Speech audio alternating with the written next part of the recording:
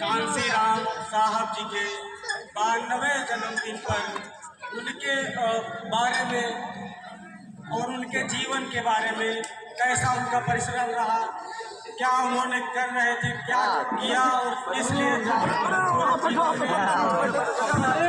समाज के परिवर्तन में लगा दिया, उनके बारे में 4 शब्द आप लोगों को बताना चाहूँगा।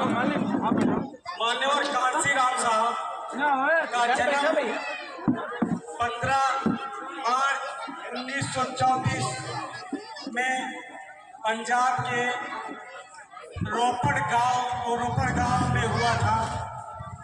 रोपड़ गांव के हसवालपुर गांव में रहने से सिख परिवार में जन्मे थे और उन्होंने पढ़ाई बीएससी की।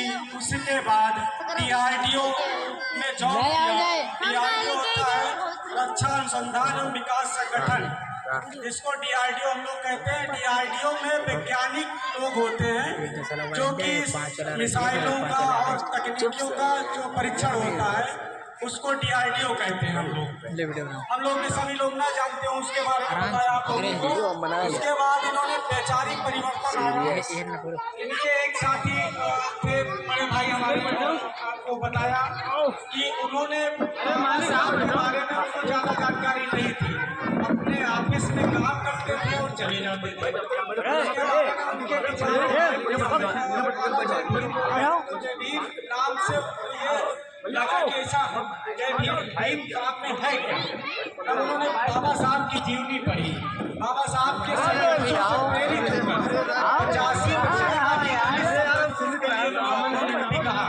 वो सिर्फ 85% की बात किया, जिसमें हमारा ओबीसी समाज भी आता है, अल्पसंख्यक समाज भी आता है और अनुसूचित जात अनुसूचित जनजात भी आता है।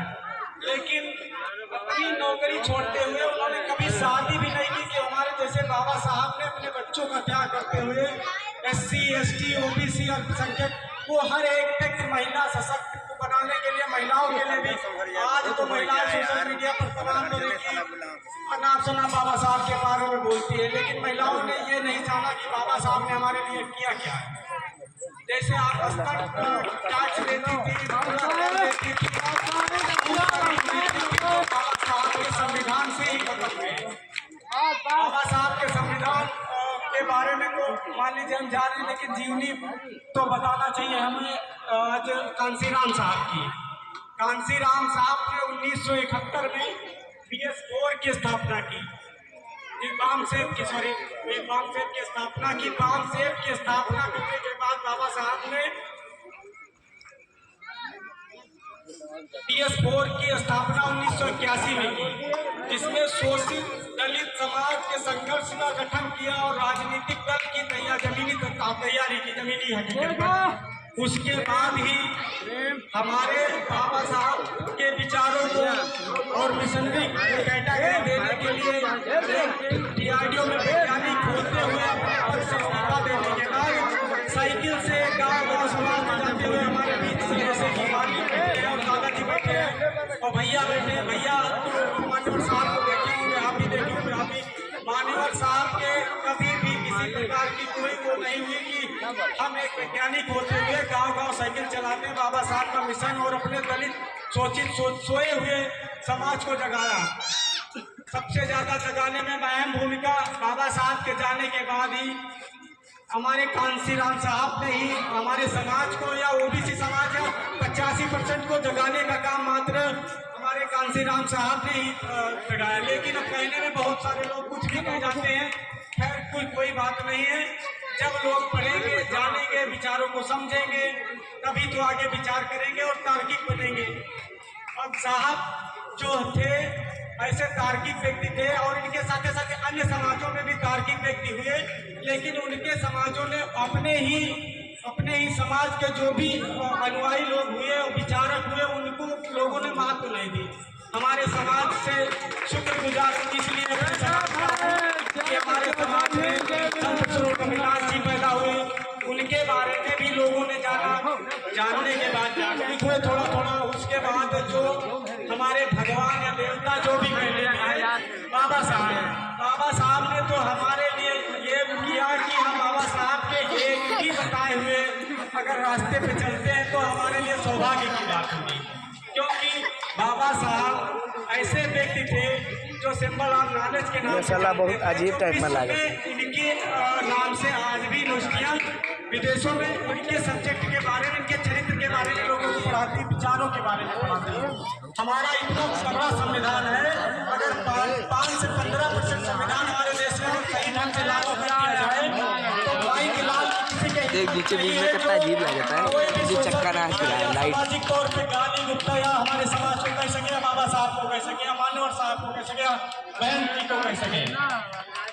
बहन जी के कांसीराम साहब तो जो थे गली गली गांव गांव जाकर बाबा साहब कांसीराम साहब ने कहा था, एक हमारी पीढ़ी मारी जाएगी, दूसरी पीढ़ी अत्याचार सहेगी, तीसरी पीढ़ी हमारी राज करेगी, जरूर राज करेगी।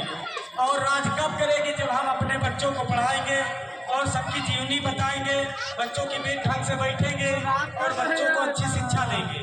अब शिक्षा एक इम्पोर्टेंट मुद्दा ये है कि आने वाले समय में शिक्षा एक रोजगार हो गया है। अब दोहरीकरण शिक्षा नीति जो बन रही है वो हमारे समाज के लिए घातक तो होती ही जा रही है, लेकिन ओबीसी समाज के लिए भी घातक होती जा रही है।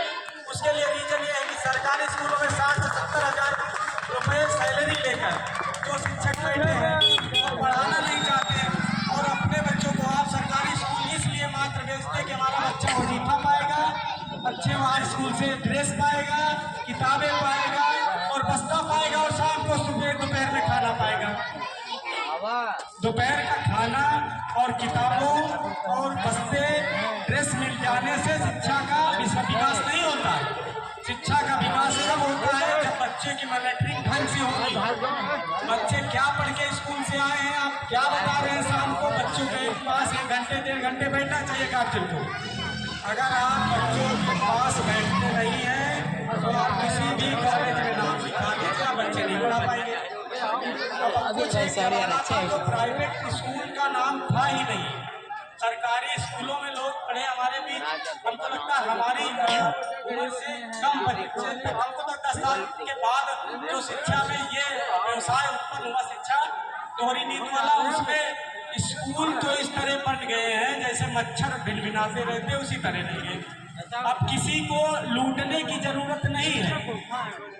अब स्वस्थ जो है और शिक्षा जो ही प्राइवेट निजीकरण हो गया है, इसी में लोगों को लूटा जा रहा है।